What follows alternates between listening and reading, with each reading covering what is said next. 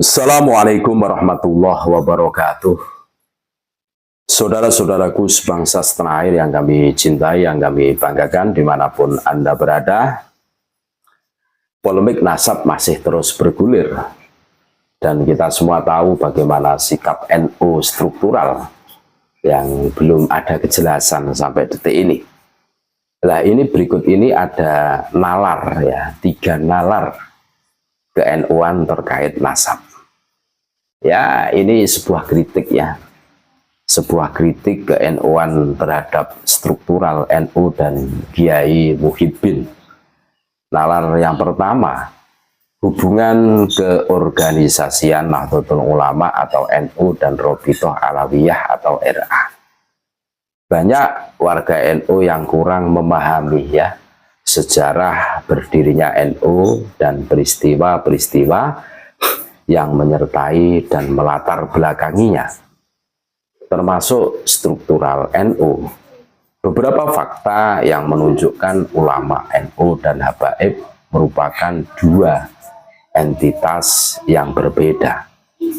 Yang pertama, NU berdiri pada tahun 1926 Masehi dan Robitoh Alawiyah atau RA berdiri pada tahun 1928, selisih 2 tahun. Yang kedua, NU didirikan untuk memberikan wadah organisasi kaum tradisionalis yang tidak sejalan dengan organisasi lainnya seperti Muhammadiyah, Serikat Islam, dan lain-lain. Yang ketiga, RA didirikan karena eksklusifme habaib. Dibuktikan habaib juga tidak dapat hidup bersama dengan sesama imigran Yaman yang tergabung dalam Al-Irsyad, juga tidak bersedia bergabung dengan NU. Ya, NU berdiri 1926, selang 2 tahun kemudian 1928 habaib ini bikin Robitoh Alawiyah. Yang keempat, NU mengakomodir Thariqah yang merupakan salah satu maskot kaum tradisionalis. Thariqah menjadi simbol tradisi dan filosofi NU ya. Thariqah menjadi simbol tradisi dan filosofi NU, namun tradisi ini oleh Habib Utsman difatwakan sebagai ajaran sesat. Utsman bin Yahya itu loh, yang menjadi mufti Batavia.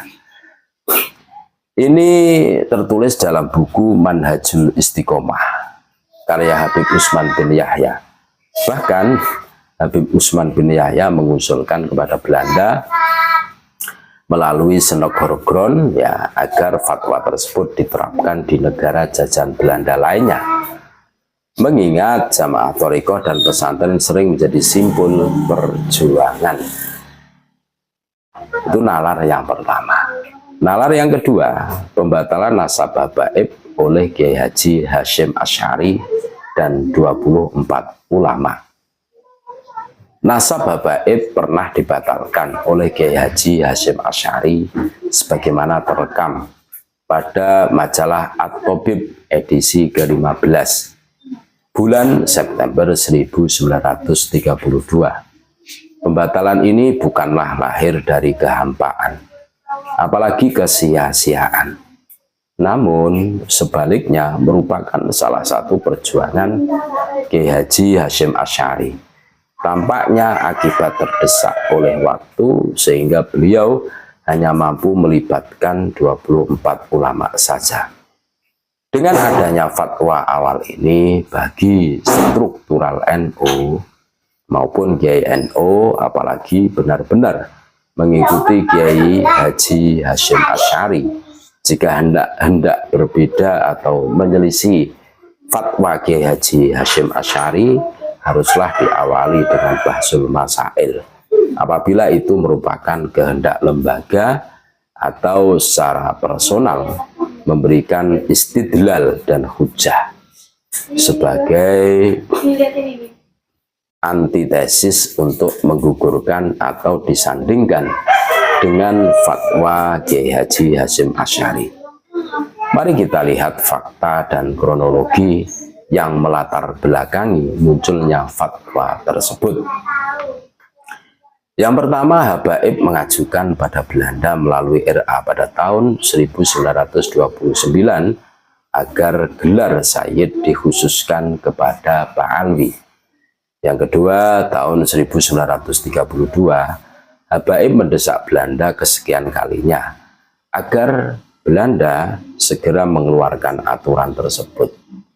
Ini merupakan permohonan ketiga. Demi mendorong permintaan itu, Habib Usman bin Yahya juga melayangkan surat kepada Senop Horogron, permohonan keempat. Yang ketiga, pada bulan September tahun 1932, Kiai Haji Hasyim Asy'ari bersama 24 ulama mengeluarkan fatwa penggunaan gelar Sayyid, Syarif, dan Syarifah hanya diperuntukkan bagi dzurriyyah Nabi.